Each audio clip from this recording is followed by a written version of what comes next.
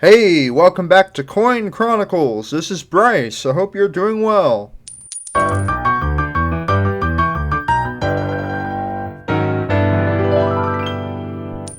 Today, we will take a look at the history of the year 1952, and we will look at some coins from the year.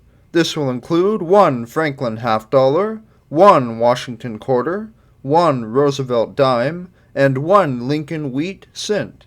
We will look at each coin and the important details such as mintage, grading, and inflationary value or purchasing power of the time. First, we will cover the history of the year 1952.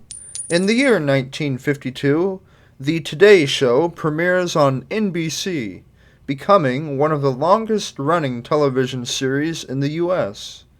A mechanical heart is used for the first time in a human patient. The Boeing B-52 Stratofortress flies for the first time, and another nuclear test is held in Nevada. In Washington, D.C., several alleged UFOs are tracked on multiple radars. The 7.3 magnitude Kern County earthquake strikes Southern California, killing 12 and injuring hundreds. Puerto Rico becomes a self-governing Commonwealth of the United States.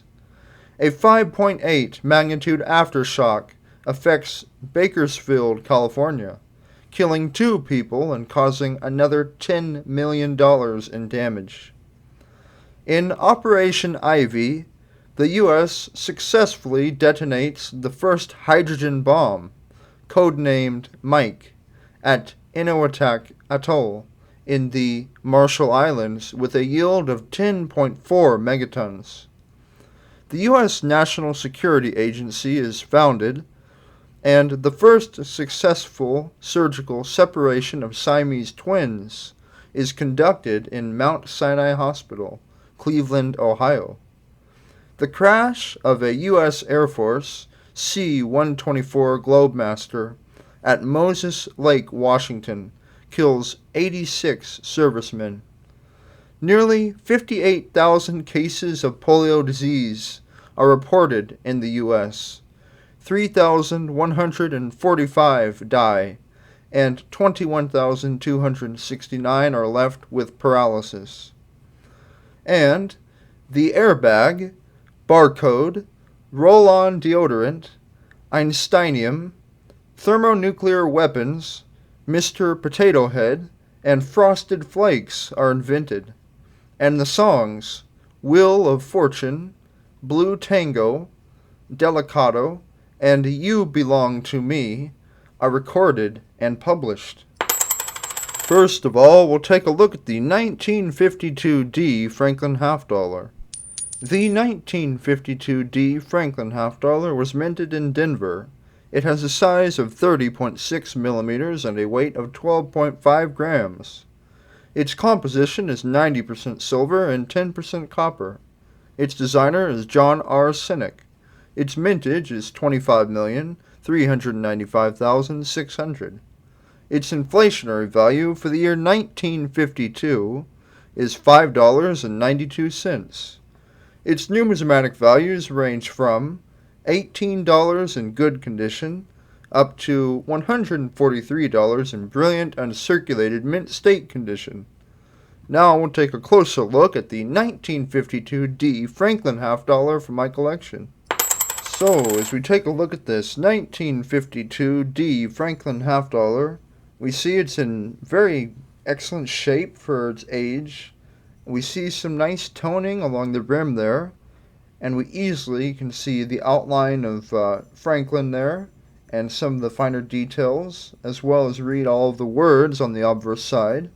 But now, as we turn to the reverse side, we see that many of the details are very fine here.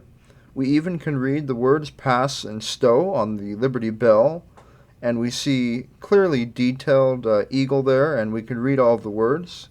But if I were to grade this coin, I would give it a grade of extremely fine to about uncirculated condition. Now let's take a look at the 1952 D Washington quarter. The 1952 D Washington quarter was minted in Denver. It has a size of 24.3 millimeters and a weight of 6.25 grams. Its composition is 90% silver and 10% copper. Its designer is John Flanagan. Its mintage is 49,795,200. Its inflationary value for the year 1952 is $2.96. Its numismatic values range from $10.02 in good condition up to $34 in brilliant uncirculated mint state condition. Now we'll take a closer look at the 1952 D Washington quarter from my collection. So, as we take a look at this 1952 D Washington quarter, we can see that it definitely has wear from over the years. However, we see that there's still a nice silhouette of Washington there, with some details still existing, and we can easily read the words "Liberty, in God we trust," as well as the date there, 1952. But as we turn over to the reverse side, the first thing we notice is the eagle's breast feathers have been, it looks like, completely worn off, and the rim has been pretty worn down there. However, we still see the clear Denver mint mark, but overall, if I were to grade this coin, I would give it a grade of fine condition. Now, we'll take a look at the 1952 D Roosevelt dime. The 1952 D Roosevelt dime was minted in Denver.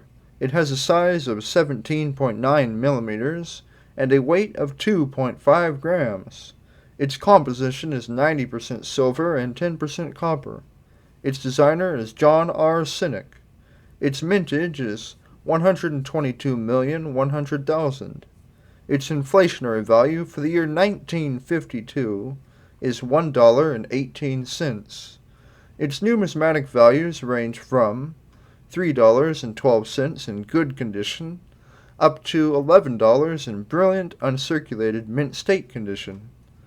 Now we'll take a closer look at the 1952 D Roosevelt dime from my collection. So, as we take a look at this 1952 D Roosevelt dime, we can see that it has a lot of wear from over the years. However, there's still a good silhouette outline there of Roosevelt. We can still read the words "In God We Trust," the Liberty, as well as the date. But now, as we turn over to the reverse side, we see a lot of the details on the torch, and the shrubs around the torch have been worn down. We can still read "E pluribus unum" as well as the other words, and we even can still see the D Denver mint mark. But overall, if I were to give this coin a grade, I would grade it very good to fine condition. Now we'll take a look at the 1952 S Lincoln Wheat Cent. The 1952 S Lincoln Wheat Cent was minted in San Francisco. It has a size of 19 millimeters and a weight of 3.11 grams. Its composition is 95% copper and 5% tin and zinc. Its designer is Victor D. Brenner. Its mintage is 137,800,004. Its inflationary value for the year 1952 is 12 cents. Its numismatic values range from 5 cents in good condition up to $4.63 in brilliant uncirculated mint state condition. Now we'll take a closer look at the 1952 S Lincoln Wheat Cent from my collection. So, as we take a look at this 1952 S Lincoln Wheat Cent, we can see it has a wonderful shine to it as the light hits it. All the details are very clear on this obverse side. All of the details on Lincoln, including his hair and his bow tie, and we can easily read all of the words.